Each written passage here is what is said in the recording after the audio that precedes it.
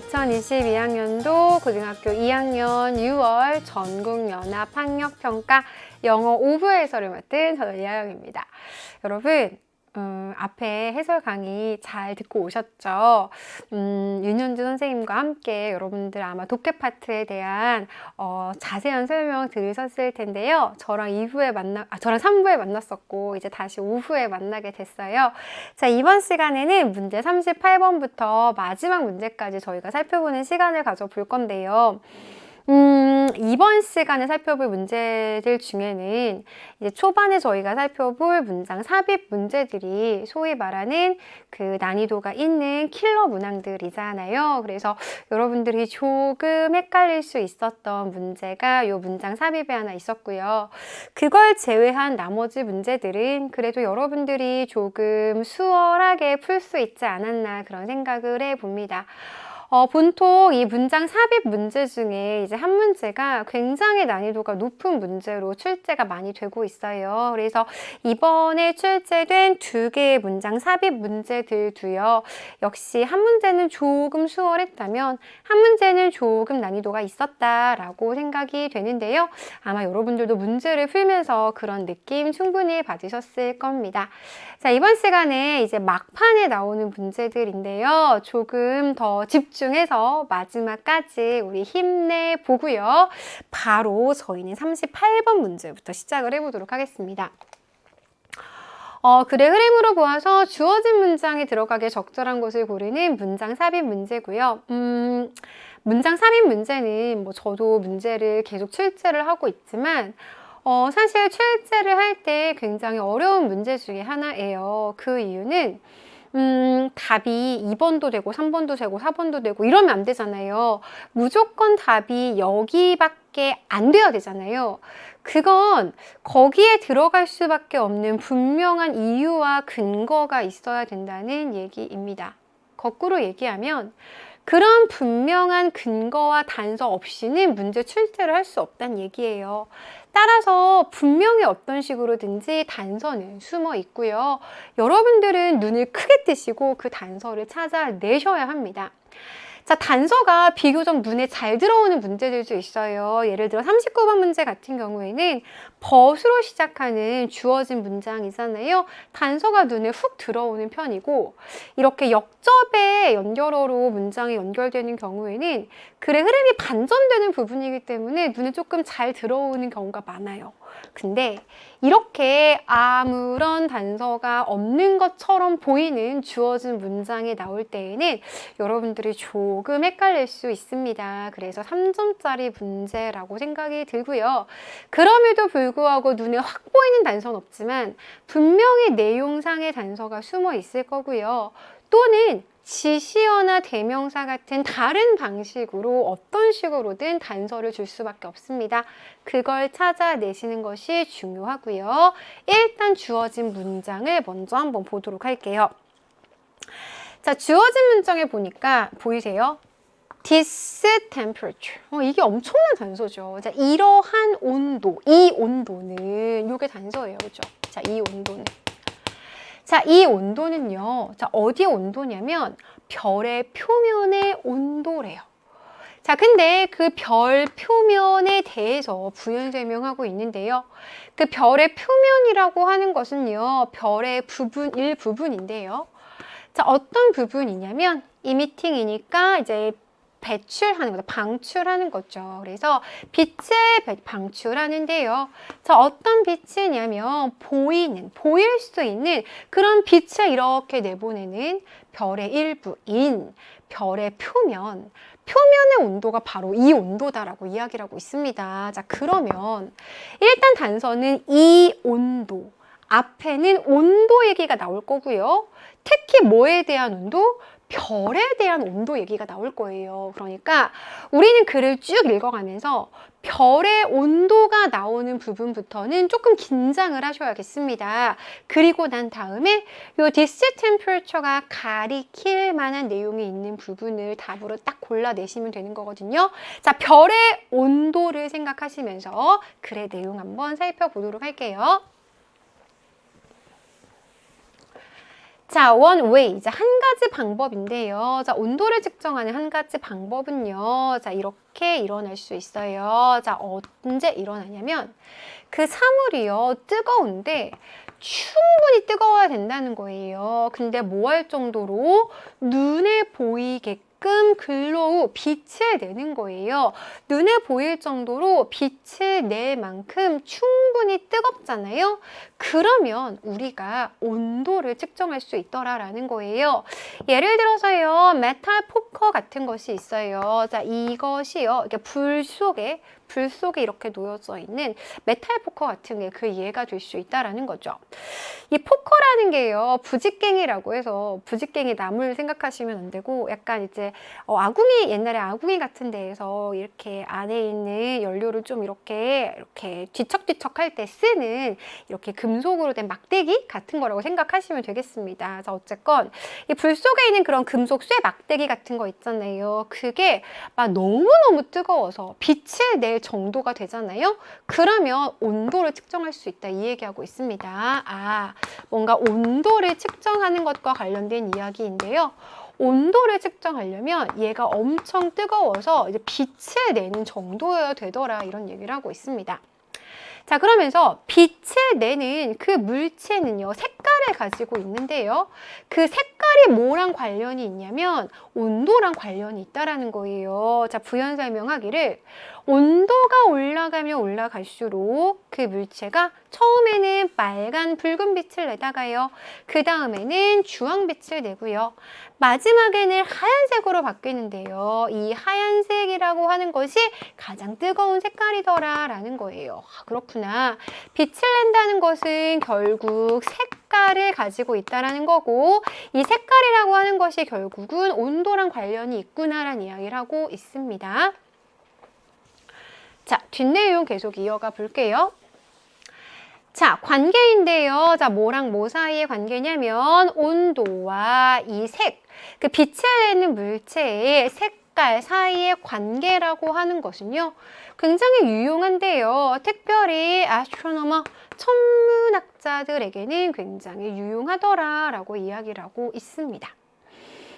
그러면서 구체적으로 뭔가 천문학자들이 어떻게 온도와 색의 관계를 이용하는지에 대한 얘기가 나오겠죠. The color of stars. 오, 빛이 나왔어요. 여러분, 별이 나왔어요, 별. 자, 이제 별 얘기 나왔으니까 긴장을 하셔야 됩니다. 자, 별의 색이라고 하는 것이요. 자, 뭐랑 관련이 있냐면 그것의 온도랑 관련이 있대요. 별의 색. 별의 온도 지금 나왔어요. 자, 그런 데다가요. 자, 사람들은요, cannot as yet. 아직까지는 그렇게 먼 거리까지 여행을 할 수가 없어요. 별까지 엄청나게 먼 거리를 갈 수가 없고요.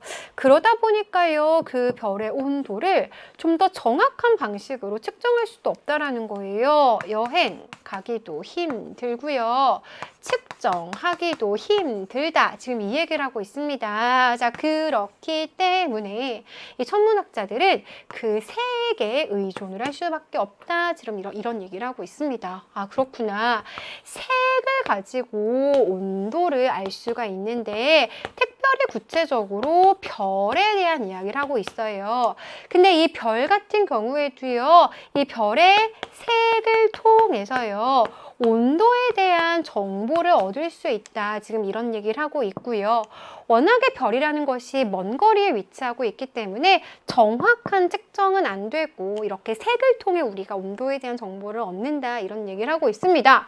그럼 여러분, 별의 색을 통해 온도에 대한 정보를 얻는다라고 이야기하고 있으니까 별의 온도 얘기 나왔으니 요 다음에 주어진 문장 들어가면 어떨까? 이런 생각할 수 있을 것 같아요. 자, 만약에 4번에 주어진 문장이 들어간다면 이 온도라는 건 어떤 온도를 말하는 걸까요? 별의 온도를 말하는 거겠죠. 이 별의 온도는요, 그 별 중에서도 별 표면의 온도를 말하는 거다라고 이야기하고 있는 거고요. 이 별 표면이라고 하는 것은 눈에 보이는 빛을 내보내는 별의 일부분이다라고 이야기하고 있는 겁니다. 아, 그렇구나. 이거는 별의 겉표면의 온도를 이야기하는 거구나 라고 이야기하고 있고요.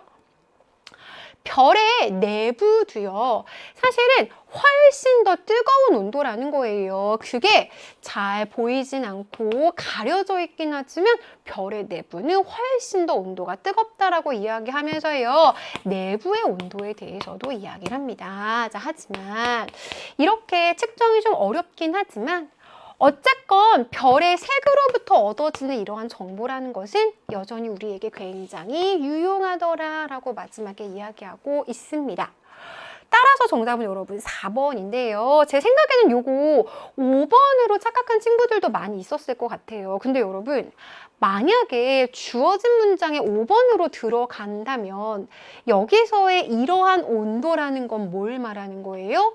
앞에서 얘기한 별의 내부의 온도를 말하는 거잖아요. 근데 별의 내부의 온도는 별의 표면의 온도다라고 하는 것 자체가 말이 안 되잖아요. 따라서 5번에 들어가면 this temperature가 가리키는 내용이 전혀 문맥상 적합하지가 않습니다. 따라서 정답은 4번밖에 될 수 없다라는 거 확인할 수 있었고요. 이 this temperature라고 하는 단서와 글의 내용을 엮어서 답을 골라내셨어야 되는 지문이었습니다. 조금 어려웠던 3점짜리 문제였어요. 어려웠지만 잘하셨고요, 여러분. 자, 39번은 조금 그래도 더 수월하셨을 거예요. 자, 왜냐면 아까 잠깐 말씀드린 것처럼 주어진 문장에 but이라고 하는 역접의 연결어가 들어가 있거든요. 역접의 연결어가 들어가 있다는 얘기는 이 문장을 기준으로 앞뒤의 내용이 훅 전환이 된다는 거예요. 그 얘기는 글을 읽어가면서 뭔가 갑자기 뭐야 내용이 확 달라졌는데? 라는 느낌이 드는 부분이 분명히 있다는 거고요. 단절된 부분, 뭔가 딱 이렇게 끊어지는 것 같은 느낌이 드는 부분을 찾으실 수 있으셔야 됩니다. 그게 생각보다 또 잘 보여요. 집중하시면 보입니다. 자, 그러면 일단 이 문장도 주어진 문장을 먼저 한번 읽어보고 글의 내용을 한번 볼 건데요. 하지만 1970년대쯤에요. 심리학자들은 깨달았대요. 자, 뭘 깨달았냐면 There was no such thing as general creativity quotient라고 해서요. 전반적인 창의력 지수와 같은 것은 없다라고 깨달았습니다. 라는 거예요. such as라고 하면 뭐뭐 같은 것 이런 거잖아요. 그러니까 창의성 지수 같은 건 없다라는 것을 깨달았습니다. 라는 거예요. 자, 그럼 여러분. but으로 내용이 연결되어 있으니까 이 앞에는 무슨 내용이 왔을까요? 창의성 지수가 있구나. 창의성을 뭔가 수치로 표현할 수 있구나. 이런 내용이 왔을 거예요. 하지만 뭐야 그런 거 없잖아 라는 걸 알게 됐다는 거잖아요. 그러니까 앞에는 창의성 지수가 있어. 창의성을 수치로 표현할 수 있어. 이런 내용 올 거고요. 요 문장 다음부터는 창의성이 지수가 어딨어. 수치가 어딨어. 이런 내용이 연결되면 되겠습니다. 그 부분 찾아볼게요. 자, 첫 문장부터 보겠습니다. 첫 문장 보니까요. The Holy Grail이라고 해서요. 궁극적 목표예요. 창의성 연구의 첫 번째 물결의 궁극적 목표는 뭐였냐면 성격 검사였습니다. 근데 뭘 측정하냐면 전반적인 창의성 능력을 측정하려는 성격 검사였대요. 자, 근데 이것은요, in the same way that 이잖아요. 자, 뭐와 같은 방식이었냐면, IQ가 전반적인 지능을 측정하는 것과 같은 방식이었다라는 거예요. 창의성이라고 하는 것을 뭔가 측정하려고 했나 봐요. 그렇죠? 결국에는 뭔가 테스트 같은 것들을 통해서 창의적인 능력을 측정하려고 했다. 이런 얘기를 하고 있습니다. 마치 IQ처럼요. 자, 뒷내용 보니까요. 자, 어떤 사람의 창의력 점수라고 하는 것은요, 아마 우리한테 말해줬을 텐데요. 그 사람의 창의적인 potential 잠재력을 말해줬을 겁니다. 근데 in any field of endeavor니까 그 노력하는 그 어떤 분야에서든지 간에 그 사람의 창의적인 잠재력을 보여줬을 거예요. 근데 이것은 just like 마치 뭐와 같은 거였냐면 IQ 점수라고 하는 것이요. is not limited to 뭔가 제한되지 않았죠. 물리, 뭐 수학, 문학 이런 걸로 IQ 점수라는 게 국한되지 않았던 것처럼 창의성 점수라고 하는 것도 네가 노력만 한다면 어떤 분야에서든지 너는 창의성을 엄청 극대화시킬 수 있어 라는 식으로 사람들은 생각을 했었다라는 거예요. 그쵸? 아, 그렇구나. 창의성을 측정하면 창의성 점수가 나올 거 아니에요. 그러면 그 점수를 통해서 너는 어떤 분야에서든지 창의성을 높일 수 있더라. 창의성을 개발할 수 있더라. 지금 이런 얘기까지 하고 있습니다. 여기까지 괜찮죠? 자, 뒷내용 보겠습니다. 창의적인 사람들은요, 창의적이지 않아요. 일반적이고 보편적인 방식에서 창의적인 게 아니에요. 그들은요, 어디서만 창의적이냐면 특정한 행동 영역, 특정한 분야에서만 창의적이래요. 자, 잠깐만. 앞에서 무슨 얘기하고 있었어요? 어떤 분야에서든지 창의성을 높일 수 있었다라고 이야기하고 있었어요.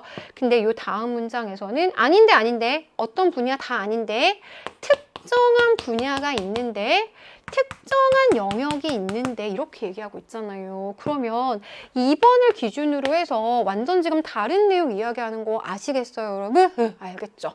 2번에 주어진 문장 들어가면 어떨까라고 생각할 수 있겠어요. 그죠? 주어진 문장 넣어볼까요? 창의성은 스코어가 나온대. 어떤 분야든 노력만 하면 창의성이 올라간대. 근데 말이야, 1970년대에 심리학자들이 알게 됐잖아. 창의성 지수라는 건 없어. 창의성은 점수로 환산이 안 돼 라고 이야기했다는 거예요. 그러다 보니까 창의적인 사람들은 보편적인 방식에서 창의적인 것이 아니라 정말 특정한 창의적인 분야가 존재했다. 이 얘기하고 있는 겁니다. 정답 2번이라는 거 확인할 수 있고요. 이제 뒤에는 계속 그런 얘기하고 있어요. 창의성이라고 하는 것이 특정 분야에 국한되어 있다는 이야기하고 있습니다. 자, 우리는요, 기대하지 않아요. expect 목적어 투부정사 들어가서요. 창의적인 과학자한테 also be a gifted painter, 뭔가 재능 있는 화가가 되라 이런 거 기대 안 하죠. 창의적인 바이올리니스트는요. may not be a creative conductor. conductor라고 하면 이제 지휘자를 말하는 건데요. 창의적인 바이올리니스트가 창의적인 지휘자가 아닐 수도 있죠. 그리고 창의적인 지휘자는 또 잘 못할 수도 있어요. 자기가 새로운 예술 작품을 만들어내고 작곡하는 걸 잘하지 못할 수도 있는 거예요. 자기가 창의성을 발휘할 수 있는 분야는 굉장히 정해져 있다. 이런 얘기를 하고 있습니다. 자, 그러면서 이제 심리학자들은 알고 있어요. 창의성이라고 하는 것이 the main specific, 어떤 특정 분야에 한정적이다라는 것을 알고 있습니다. 라고 마지막에 이야기하고 있었습니다. 따라서 창의성이라고 하는 것은 어떤 영역이 한정적이다 이런 얘기를 하고 있는 글이었었고요. 정답은 아까 봤던 것처럼 2번이구나라는 것까지 확인해 볼 수 있었습니다. 자, 아무래도 이제 주어진 문장이 역접의 연결어가 들어가 있다 보니까 여러분이 상대적으로 조금 할만하지 않았을까 그런 생각해 봅니다. 잘하셨어요. 자, 어려운 문제 유형을 넘기고 이제 40번으로 넘어가 보겠습니다. 요약문 완성하는 문제 살펴볼 거예요. 단문 독해 마지막 문제입니다. 보통 이렇게 한 문제 출제가 되는데요.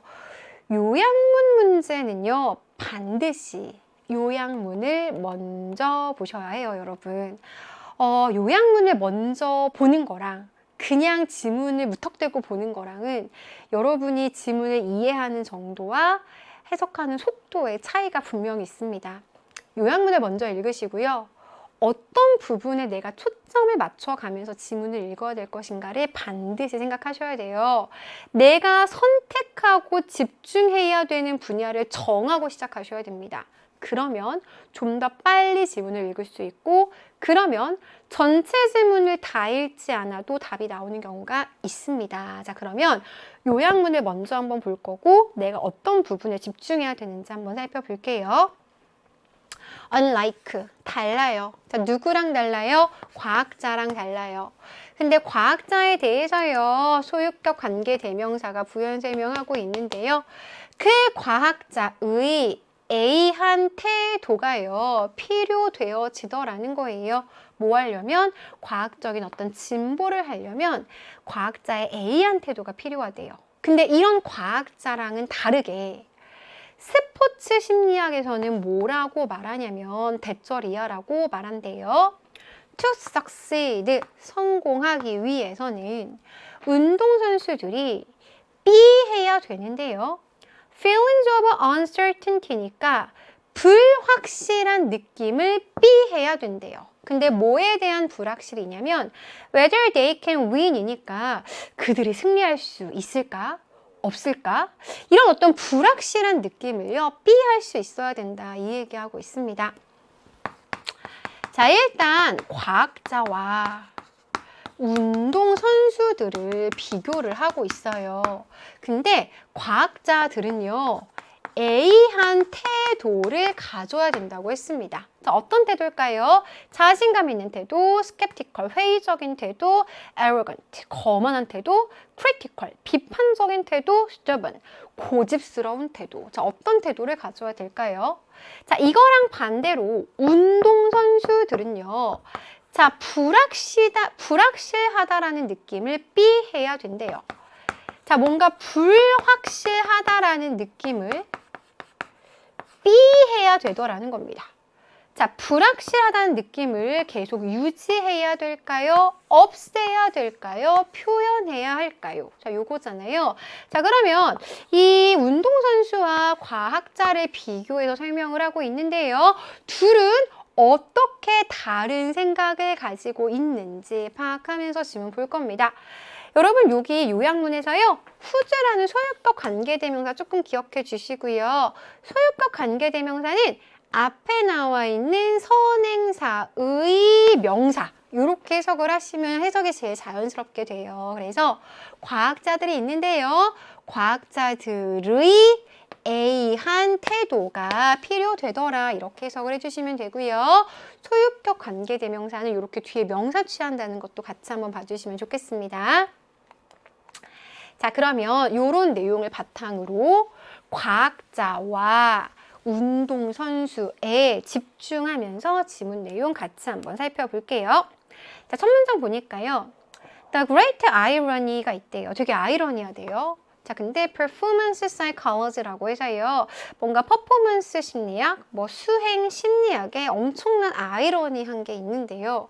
그게 바로 뭐냐면 대절 이하라는 거예요. 그 심리학은 가르치는데요. 누구한테요? 운동하는 사람들한테 믿으라고 가르친대요. 근데 뭐라고 믿냐면 중간에 콤마 삽입구 들어가 있고요. As far as he is able 이니까 자기가 할 수 있는 한, 자기가 이길 수 있다라고 믿어라 라고 가르치더라 라는 겁니다. 네. 자, 스포츠를 하는, 운동을 하는 사람들한테 너가 할 수 있는 한 네가 이길 거라고 믿는 게 되게 중요하다라는 걸 이 퍼포먼스 심리학에서는 가르쳐 준대요. 어떤 운동선수도 의심하지 않고요. 어떤 운동선수도 endures, 중요한 단어죠. 어디 빠지는 거예요. 빠지지 않아요. 내면의 회의론에 빠지지 않습니다. 라는 거예요. 아, 그렇구나. 운동선수들은 이제 의심하지 않는 거죠. 계속 뭔가 회의적인 생각을 하지 않고 자기가 이길 거라는 믿음을 가지고 있다는 겁니다. 그게 바로 스포츠 심리학의 논리예요. 자, 하지만 only one man can win. 한 명만이 이길 수 있잖아요. 그게 바로 스포츠의 논리더라라고 이야기하고 있습니다. 자, 그러면 한번 주목해 볼까? 차이에 주목해 볼까? 자, 누구랑 누구 사이의 차이? 과학자와 운동선수의 차이에 주목해 볼까? 자, 과학자와 운동선수의 차이가 본격적으로 여기서부터 시작이 되는데 사실 여기까지만 읽어도 여러분들은 조금 답을 구할 수 있었을 것 같아요. 자, 왜냐면 이 글은 과학자랑 운동선수를 반대로 비교하는 글인데요. 운동선수에 대한 정보가 이미 나왔어요. 운동선수들은 의심하지 않아요. 의심하지 않는다는 건 불확실한 느낌을 가지려고 하지 않는다는 거잖아요.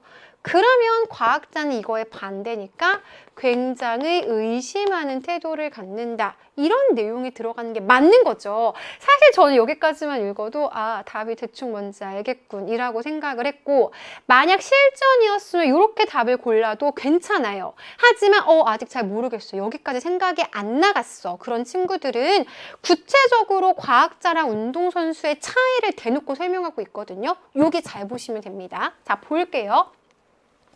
의심이라고 하는 것은 과학자의 stock in trade래요. stock in trade라고 하면 지금 현재 뭐 회사나 공장에 이렇게 쌓여있는 재고품을 우리가 stock in trade라고 해요. 현재 쌓여있는 재고품이라고 하는 것은 늘 하는 일상적인 일 정도로도 의역할 수 있고요. 의심이라는 것은 과학자가 늘상 하는 일이다라는 겁니다. 과학자는 뭐 한다? 의심한다라는 거 대놓고 나오는 거 아시겠죠? 자, 뒷내용 계속 볼까요? 과학자들은 계속 의심해요. 자, 그러다 보니까요, 진보라는 거, 발전이라는 것이 이루어지는데요. by ing, 뭐뭐 함으로써 이루어지는데, 뭐 함으로써 증거에 집중해요. 자, 어떤 증거, refute a theory니까 어떤 이론에 refute 하면 반박하는 거예요. 반박하는 증거에 집중을 해요. 자, 그리고 다시 한번 by ing입니다. 또 이론을 계속 개선을 하는 거예요. 그에 따라서 그렇게 함으로써 과학자들의 어떤 발전, 진보라는 것이 이루어질 수 있다는 거예요. 자, 그렇기 때문에 skepticism, 어떤 회의론이라고 하는 것은요. 과학적인 진보에 있어서 뭔가 로켓 연료와 같더라. 뭔가 추진력이 되더라. 추진의 연료와 같더라. 이런 얘기를 하고 있습니다. 의심, 뭔가 회의적인 태도. 이런 것이 과학자들한테는 되게 중요하다. 이런 얘기를 하고 있는 거네요. 자, 하지만. 의심이라고 하는 것이 운동선수들한테는 독이더라라는 거예요. 자, 불확실한 느낌. 이게 바로 의심 아니에요? 이게 독이에요. 그럼 어떻게 해야 돼요? 없애야지 뭐. B에는 없앤다 이런 단어 들어가면 되겠어요. 그죠? 자, 그러면서 이 진보라는 것이, 발전이라는 것이 이루어지는데요. 자, by ing 모함으로써 증거를 무시해야지 발전할 수 있대요. 이 운동선수들한테는요. 자, 그러면서요. 자, 그것은 이러한 마인드셋, 어떤 사고 방식을 만드는 건데요. 자, 어떤 사고 방식을 가져야 되냐면 is immune to doubt and uncertainty니까요.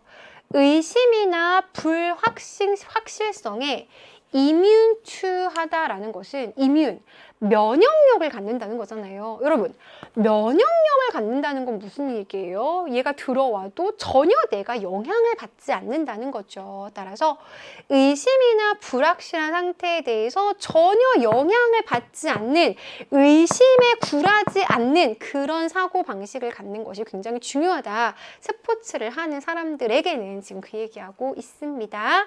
immune이란 단어 꼭 기억해 주세요. 자, 뒤에 보니까요. Just to reiterate. 자, 다시 한번 되풀이 해줄게. 이게 뭐예요? 앞에서 했던 말 다시 한번 반복한다는 거예요. 그죠? 그럼 사실 실전에서는 이건 진짜 안 읽어도 되는 거지. 그치? 이거 안 읽어도 답이 바로 나와요.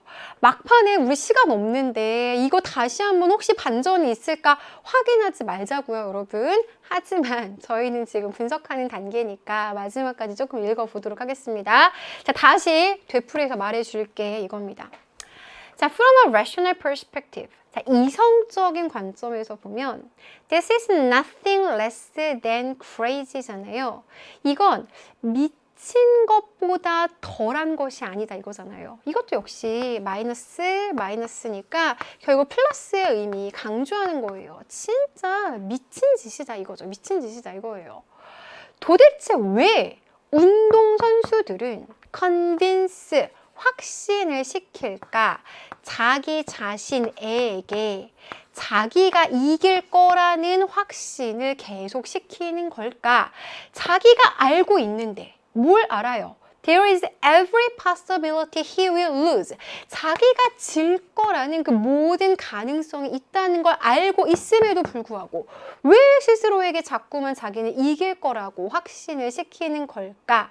자, 왜냐면 자, 이기기 위해서요. 그 사람들을 must proportion 해야 되기 때문에 그렇다는 거예요. 자, proportion이라는 단어가 나옵니다.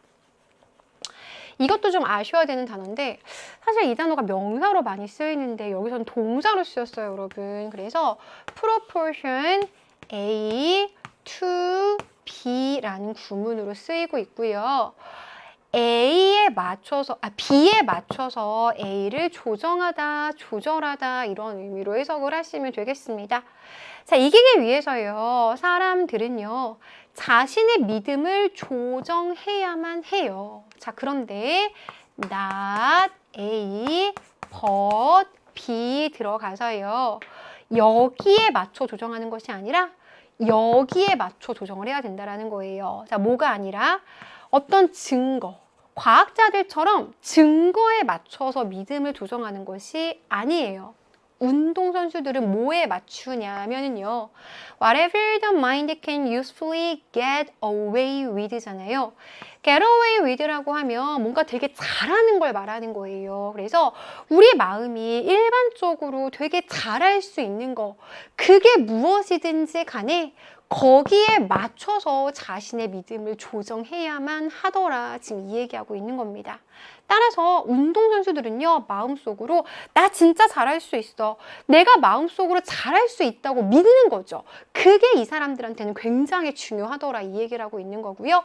증거가 중요한 것이 아니라 마음속으로 자기가 진짜 잘할 수 있다고 믿는 거. 거기에 맞춰서 자신의 믿음을 조정하고 조절한다 이 얘기를 하고 있는 글이었습니다. 자, 따라서요. 여기에 맞춰서 요약문을 한번 골라보면 A번에는 뭔가 의심한다는 내용이 들어가야 되잖아요. 따라서 의심한다, skeptical, 회의적이라는 단어 괜찮아 보이고요. B번에는 이제 없앤다는 내용이 들어가야 되니까 eliminate 들어가야겠네요. 정답 2번이구나라는 거 확인해 볼 수 있었고요. 과학자와 운동선수를 이렇게 비교해서 설명하는 글이었습니다. 괜찮아요? 네, 잘하셨어요. 이 지문에서는 여러분 단어 조금 집중해 봐주시면 좋을 것 같아요. 뭔가 뭐 stock in trade 같은 표현도 있었고 뭐 immune 같은 표현이나 아니면 proportion A to B 같은 이런 수거들 잘 몰랐다면 아마 해석이 조금 어려울 수 있었던 문제였습니다. 그래서 그런 단어들, 해석에 좀 결정적이었던 단어들의 의미는 조금 더 신경 써서 암기해 주시면 좋을 것 같아요. 자, 이제 저희는 장문 독해로 넘어가 보겠습니다. 자, 마지막 8쪽까지 왔어요.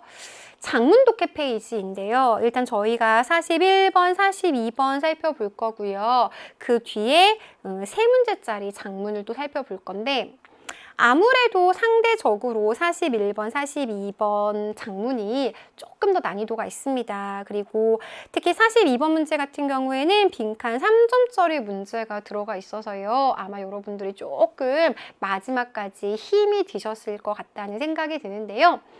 41번, 42번은 조금 어려운 문제가 있기 때문에 순서적으로 봤을 때는 마지막에 있는 43, 44, 45 작문을 먼저 풀고 조금 시간적으로 여유를 갖고 푸시면 좋겠다라는 생각이 들어요. 자, 그리고 지문의 뭐 핵심을 고르는 제목 문제는 그래도 할만하죠. 내용이 길다 보니까 여러 번 핵심적인 내용이 반복돼서요. 글의 어떤 대의를 파악하는 건 사실 그렇게 많이 어렵진 않아요. 하지만 이 어휘 문제 같은 경우에는요. 문맥을 좀 더 꼼꼼하게 읽어야 되기 때문에 난이도가 좀 있습니다. 근데 너무나 다행스러운 건 2번, 41번, 42번 문제 같은 경우에는 대의를 파악했으면 제목을 골랐으면 42번을 틀리면 안 되는 거죠. 왜냐면 대의랑 이 어휘가 너무나도 밀접하게 연결이 되어 있기 때문에 대의를 맞췄다면 어휘는 절대 틀릴 수 없는 그런 문제가 들어가 있었습니다. 그래서 여러분 41번을 맞췄으면 42번도 맞췄어야 되는 문제예요. 못 맞췄으면 왜 못 맞췄을까? 반성하시고 지문에서 내가 어려웠던 문장 좀 더 집중해 보시면 좋겠습니다. 자, 지문 내용 같이 한번 살펴보도록 할게요. 첫 문장 보니까요. 자, common sense, 어떤 상식적으로 얘기하는 부분이 처음에 나오네요. 자, 상식은 이렇게 말해요. 상식적으로 우리 이렇게 생각을 한다는 거예요. discussion with others, 다른 사람이랑 토론을 한다? 근데 이 다른 사람은 어떤 다른 사람이냐면 뭔가 다른 의견을 표현하는 그런 다른 사람이랑 토론을 해요. 자, 그럼 그것이요. should produce, 만들어낼 거야. 좀 더 moderate attitude니까 좀 더 약간 온건한 그런 태도를 만들어낼 거야. 그 집단에 있는 모든 사람들을 위해서, 이런 의미죠. 이 온건한 태도라는 건 뭐예요? 이제 아무래도 서로 의견이 다른 사람들이 토론을 하다 보면 뭔가 합의점을 찾을 수 있다는 얘기겠죠. 둘 사이에 뭔가 중재할 수 있는 방안이 나오지 않겠냐. 이게 이제 상식적으로 우리가 생각하는 바라는 거예요. 자, 근데 놀랍게도 이것은 항상 더 케이스가 아니라는 겁니다. 더 케이스는 뭐예요, 여러분? 케이스 앞에 더가 붙잖아요. 그러면 사실이라는 의미가 돼요. 그래서 이것은 항상 사실이 아니더라 라는 겁니다. 자, 그러면 무슨 내용이에요? 다른 의견을 가진 사람이 있어요. 자, 이 사람이랑 같이 우리가 토론, 디스커션을 한다라고 해봐요.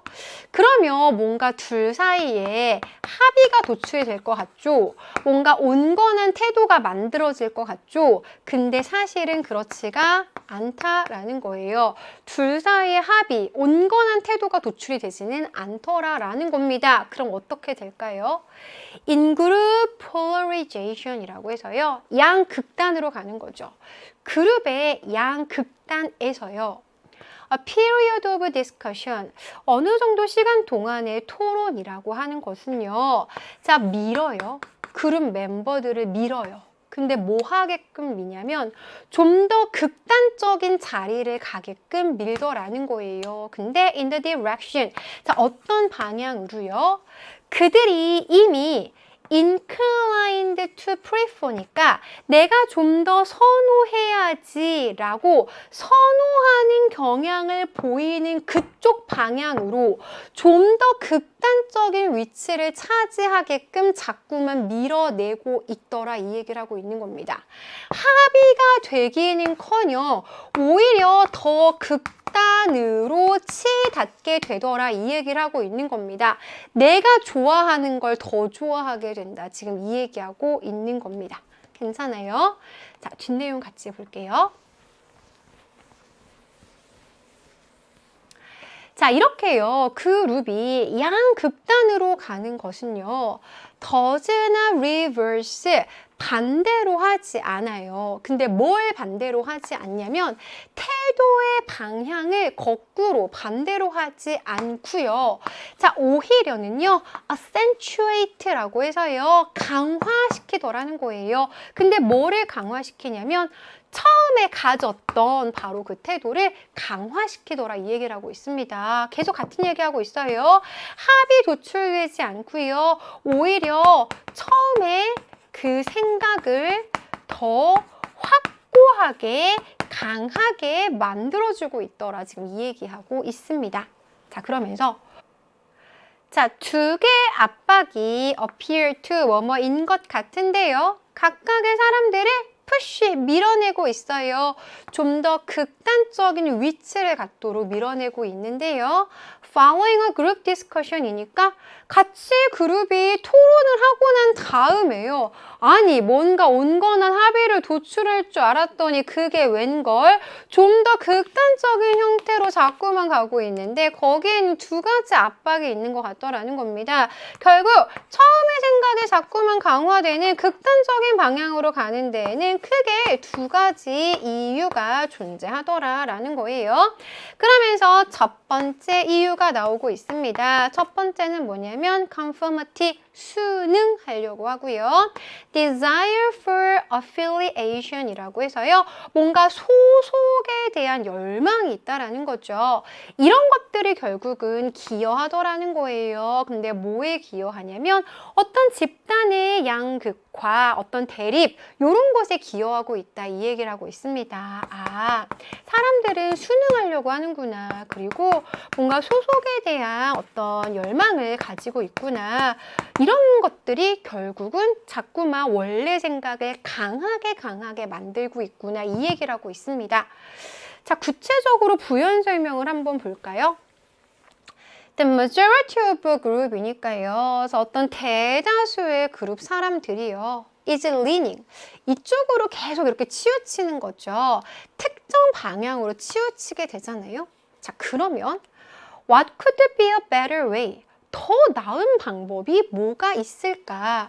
근데 어떤 더 나은 방법? fitting in이니까 그 그룹에 꼭 맞게 들어갈 수 있는 더 나은 방법은 뭐가 있을까? 이거 말고 agreeing with that majority, 그 대다수의 사람들의 말에 동의를 해요. 그리고는 다음에 taking its argument one step further, 그 주장을 한 발자국 더 발전시키는 거. 이거 말고 그 집단에 딱 들어맞을 수 있게 할 수 있는 더 나은 방법이 있을 수 있을까? 지금 이 얘기하고 있는 거예요. 결국 무슨 얘기예요? 이게 진짜 제일 좋은 방법이다 이 얘기죠.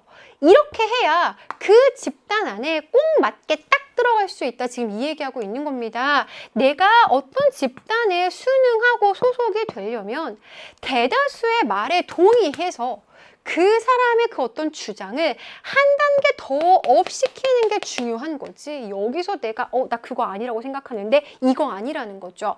그렇기 때문에 사람들은 처음에 생각을 더 강하게 할 수밖에 없다. 이 얘기하고 있는 겁니다. 괜찮아요? 자, 계속 뒷내용 볼까요? 자, 그런데다가 이런 경향도 있을 수 있대요. 자, 어떤 경향이냐면 여기 for like-minded people 뒤에 to 들어가 있는데요. 이거 여러분 투부정사의 의미상의 주어인 거 아시겠죠? 얘를 투부정사의 주어처럼 해석을 하시면 돼요. affiliate with라고 하면 뭔가 이렇게 제휴하고 연계를 맺는 걸 말하는 거예요. 그래서 비슷한 성향의 사람들은요, 서로 이렇게 연계하고 제휴하려는 그런 경향이 있어요. 자, 그런데 그것은 다시 말하면 앞문장 전체를 선행사로 받고 있어요. 서로 그렇게 엮이고 제휴하고 하다 보니까 그것이 결국은 제공하더라는 거예요. 근데 뭐를? 기존의 생각에 대한 reinforcement, 강화를 제공하고 있더라라는 거고요. 그런데다가 향상시키죠. 그 의견에 대한 사람들의 어떤 자신감, 확신을 향상시키고요. 자, 그러다 보니까 뭐로 이어질 수 있냐면 새로운 이유의 발견으로 이어질 수 있다는 거예요. 근데 어떤 이유? 자신의 의견, 그런 의견에 대한 새로운 이유를 발견할 수도 있고요. 또 카운터 아규먼트니까 반론을 발견할 수도 있어요. 상대방의 어떤 의견에 대해서 뭔가 반격할 수 있는 그런 주장들에 대해서도 발견할 수 있다. 그런 데다가 reduce, 줄일 수도 있다는 거예요. 근데 뭐를요? 뭔가 상충하고 있는 생각에 대한 노출도 점점 줄일 수 있다. 이 얘기를 하고 있습니다. 지금 여러분 여러 개의 동사들이 나열되어 있는데요. 이렇게 provide라는 동사랑 increase라는 동사랑 lead to라는 동사랑 and 다시 reduce라는 동사가 연결이 되어 있고요. 이 내용은 전부 앞에 나와 있는 문장에 대해서 부연 설명을 하고 있는 건데 실전에서는 이렇게 연결되어 있는 내용을 다 읽으면 시간만 여러분 뺏기고요. 실제로 이 네 개는 다 무슨 얘기? 같은 얘기죠. 같은 얘기. 똑같이 어떤 얘기하고 있는 거예요? 지금 같은 생각 가지고 있는 사람들이 디스커션을 하잖아. 그러면 기존 생각이 더 강화돼. 기존 생각이 더 강화된다라는 요 내용 계속 다른 표현을 사용하면서 반복하고 있는 거잖아요. 따라서 그냥 첫 문장까지 딱 읽고 아 그래 어쨌건 간에 이거 처음 생각을 강화할 수밖에 없는 이유를 언급하고 있는 거구나 패스 하셔도 실전에서는 괜찮다라는 거예요. 자 어쨌건 이 문장은 계속 같은 내용이 병렬적으로 연결이 되어 있습니다. 자, 그래서 사람들은 뭔가 자기가 속한 집단에 소속되려고 하고 수능하려고 하다 보니까 처음 내가 가졌던 생각과 반대되는 생각을 갖기가 좀 힘들다. 이 얘기 첫 번째로 하고 있었고요. 자, 두 번째 이유가 또 나오네요. 자, 두 번째 이유는 exposure to discussion on a topic. 어떤 주제에 대한 토론에 노출이 된다는 것은요. 소개를 하죠. 도입을 하죠. 새로운 이유를요.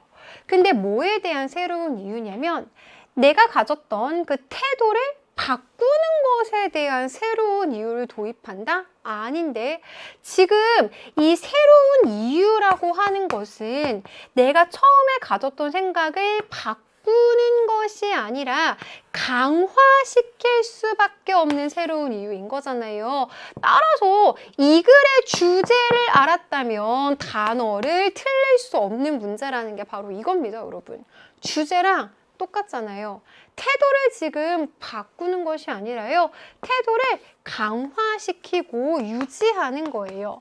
뭐 maintaining 이라던가 아니면 앞에서 아까 나왔던 reinforcing 같은 단어 뭐 이런 걸로 바꿔주는 것이 맞고요. 아니면 각 주어의 accentuate 같은 단어도 있잖아요. 그런 단어로 바꿔주는 것이 문맥상 적합하겠습니다. D번 요거 단어 어색하다라는 거 찾을 수 있었고요. 자, 만약에 당신이 이미 be opposed to 반대하고 있어요.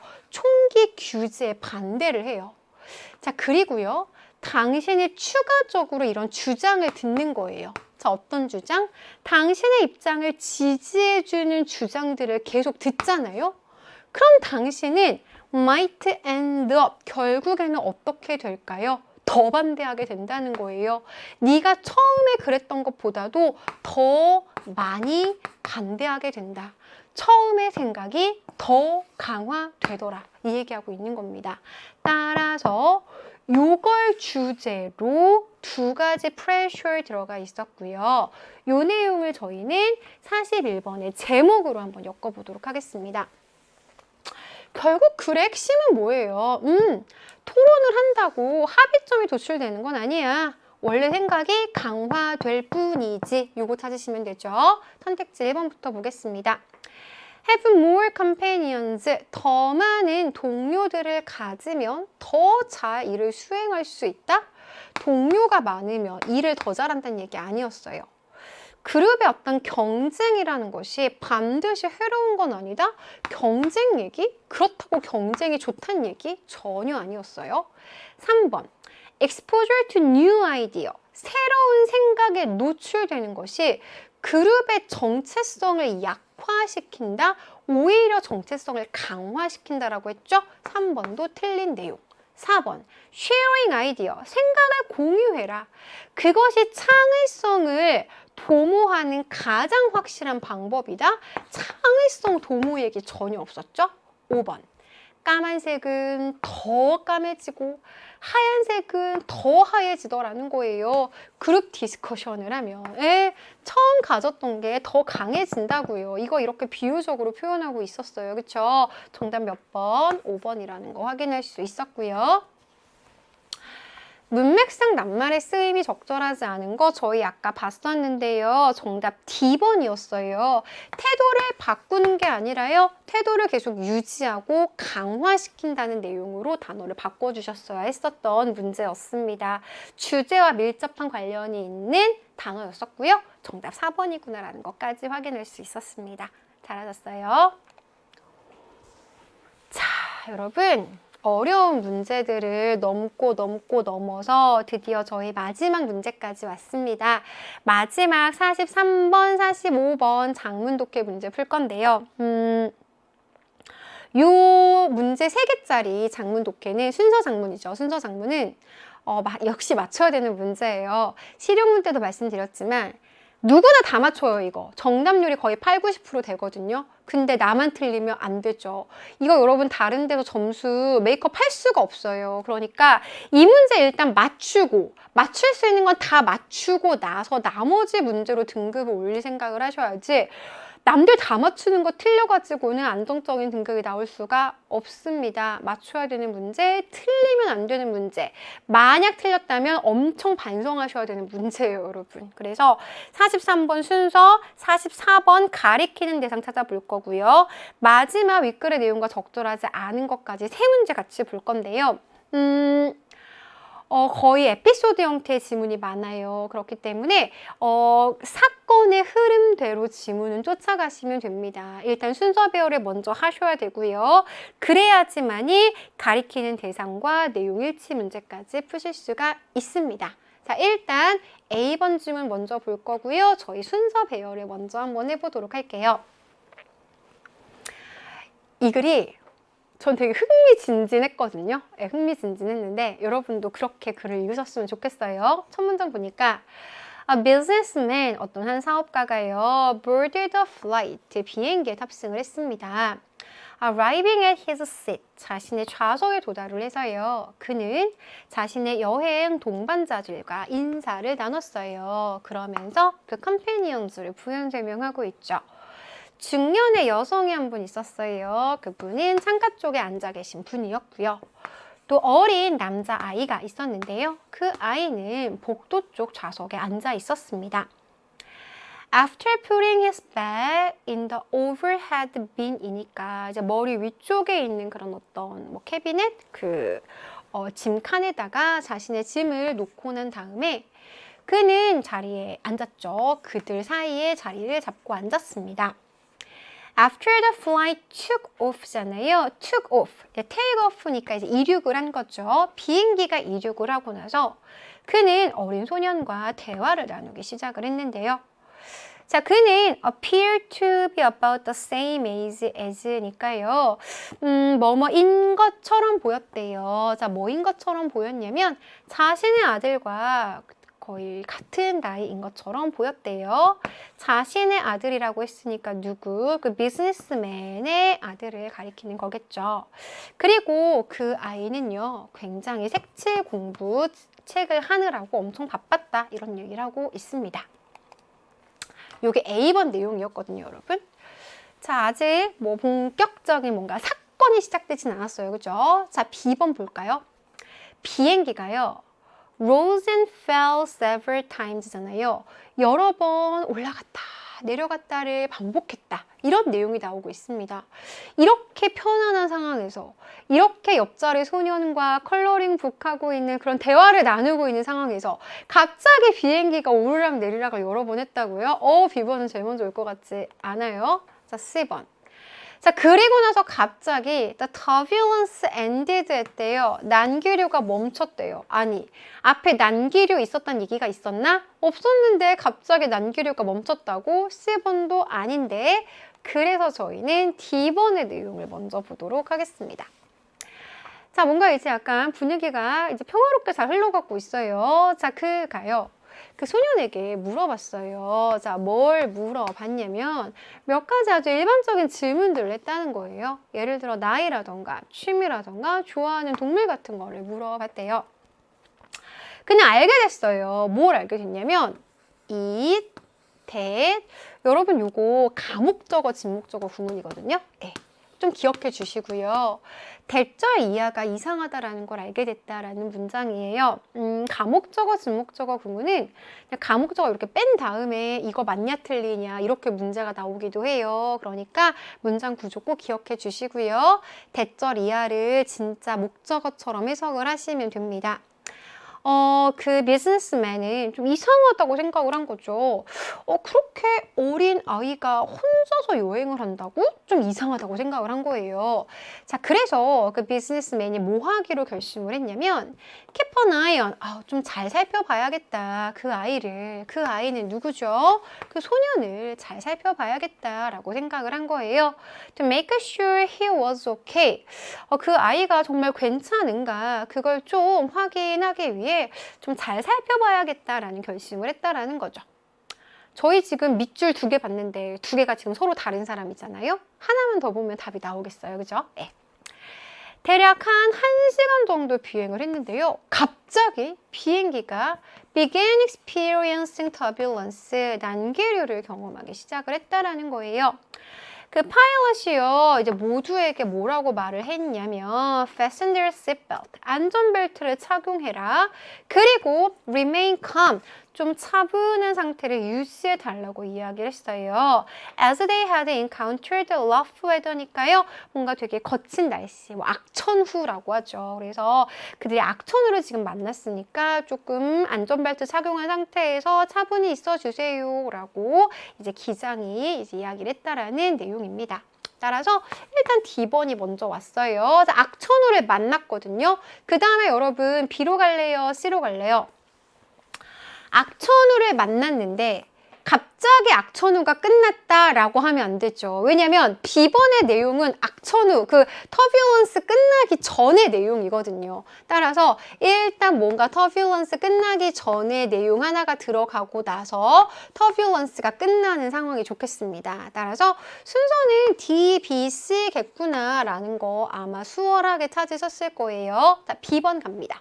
지금 뭔가 난기류를 경험하니까요. 아무래도 비행기가 rise and fall을 반복했겠죠. 그래서 올라갔다 내려갔다를 계속 반복하면서 사람들은 엄청 긴장을 한 거예요. 그리고 자기 자리에 정말 셋업 이렇게 막 정자세로 딱 가만히 앉아 있었던 거죠. 그 비즈니스맨도요, 역시 되게 긴장을 한 거죠. 그래서 grabbing his seat, 자신의 좌석을요, as tightly as he could니까 자기가 할 수 있는 만큼 정말 꽉 잡고 있었다라고 이야기하고 있습니다. 누구 좌석? 그 비즈니스맨의 좌석. 따라서 아까 전에 2번에서 봤던 그 소년, 그 친구만 지금 다른 거 지칭하고 있었네요. 저희 지칭 추론 문제도 답을 골랐어요, 여러분. 자, 그러는 동안에 이 어린 소녀는 엄청 조용하게 그 비즈니스맨 옆에 가만히 앉아 있었다는 거예요. 그 아이의 색칠 공부 책과 크레용은 were put away neatly, 되게 깔끔하게 넣어져 있었는데요. In the seat pocket in front of him, 그 아이 앞에 있는 좌석 의자에 아주 깔끔하게 놓여져 있었고요. 그 아이의 손은요, 아주 차분하게 resting on his leg, 무릎 위에 올려져 있었대요.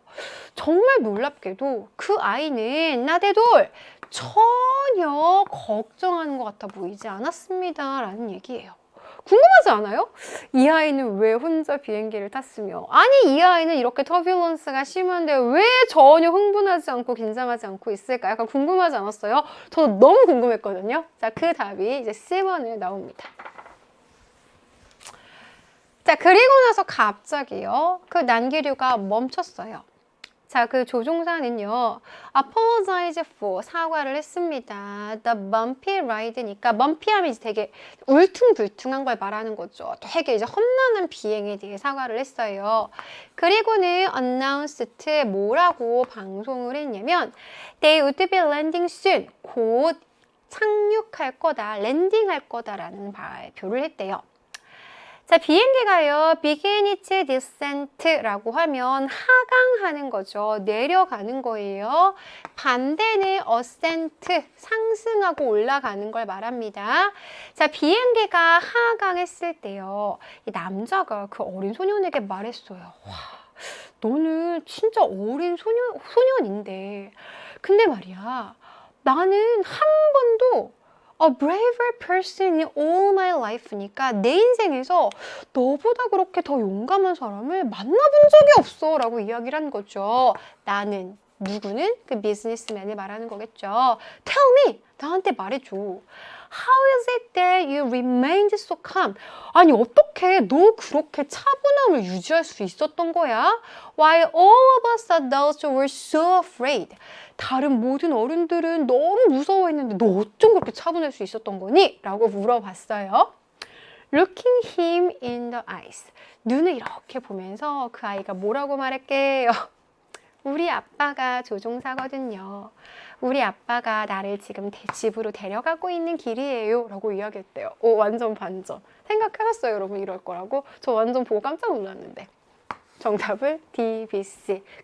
아이의 행동이 납득이 되는 문장이었어요. 자, 이 내용을 가지고 정답 골라보겠습니다. 순서 배열 해볼 건데요. 순서는 D, B, C가 맞아요. 정답 4번이구나라는 거 확인해 볼 수 있고요. 가리키는 대상이 다른 거 한번 골라볼 건데요. 전부 다 비즈니스맨을 가리키고 있었어요. 하지만 마지막 2번의 선택지만 그 어린 소년을 가리키고 있었습니다. 정답 5번이라는 거 확인할 수 있고요. 자, 마지막 45번 문제는 이 글에 관한 내용으로 적절하지 않은 걸 골라볼 건데요. 한번 볼까요? 1번. 사업가는 중년 여성과 소녀 사이에 앉았다. 이거 어디 나오고 있었어요? 이거 A번에 나오는 내용이었죠. 자, 2번. 비행기가 오르락 내리락 하자 사람들은 긴장했다. 이거 어디 나왔습니까? B의 첫 부분에 나오고 있었어요. 3번. 소녀는 색칠 공부책과 크레용을 가방에 넣었다. 아니죠. 가방에 넣었다. 아니고 이게 B번에 여러분 나오고 있었는데요. 이걸 가방에 넣은 것이 아니라 C 포켓에 넣었다라고 했어요. 따라서 3번이 틀린 내용이었습니다. 소녀는 자신의 아버지가 조종사라고 말했다. 이거 어디 나옵니까? C번의 마지막에 나오고 있었고요.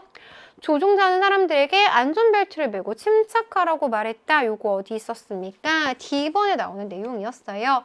따라서 정답은 3번. 굉장히 세부적인 정보를 가지고 선택지가 나오고 있었던 문제였습니다. 자, 여러분 저 이렇게 해서요. 5부까지 내용을 살펴봤습니다. 자, 이번 시험 여러분이 고등학교 2학년 올라와서 보는 아마 두 번째 모의고사였을 텐데요. 그러다 보니까 첫 번째 모의고사보다는 조금 덜 긴장하셨을 수도 있겠지만 여러분들이 문제를 풀어가면서 나의 약점이라던가 부족한 부분들이 조금 더 눈에 많이 띄는 시험이었을 수도 있겠다라는 그런 생각이 듭니다. 여러분, 시험 결과도 물론 중요하지만 그것보다 더 중요한 건 이 시험을 통해서 내가 어떤 부분이 부족했는지를 정확하게 파악하는 거, 그리고 앞으로 여러분들에게 다가올 여름방학 기간을 활용해서 또 3학년 되기 전까지의 2학기 기간을 활용해서 나의 부족한 부분들을 하나씩 하나씩 제대로 메꾸는 것이 진짜 중요하거든요. 그러니까 결과에 너무 연연하지 마시고요. 내가 어휘가 부족한지, 어법이 부족한지, 구문이 약한지, 아니면 문제를 푸는 스킬이 부족한지 조금 더 정확하게 객관적으로 판단하는 시간을 꼭 가져보셨으면 좋겠습니다. 5시간이었죠. 너무너무 고생 많으셨고요. 저는 나중에 더 좋은 강의에서 여러분들 찾아뵙도록 하겠습니다. 여러분 5시간 동안 해설 강의와 함께 하느라 너무너무 고생 많으셨습니다.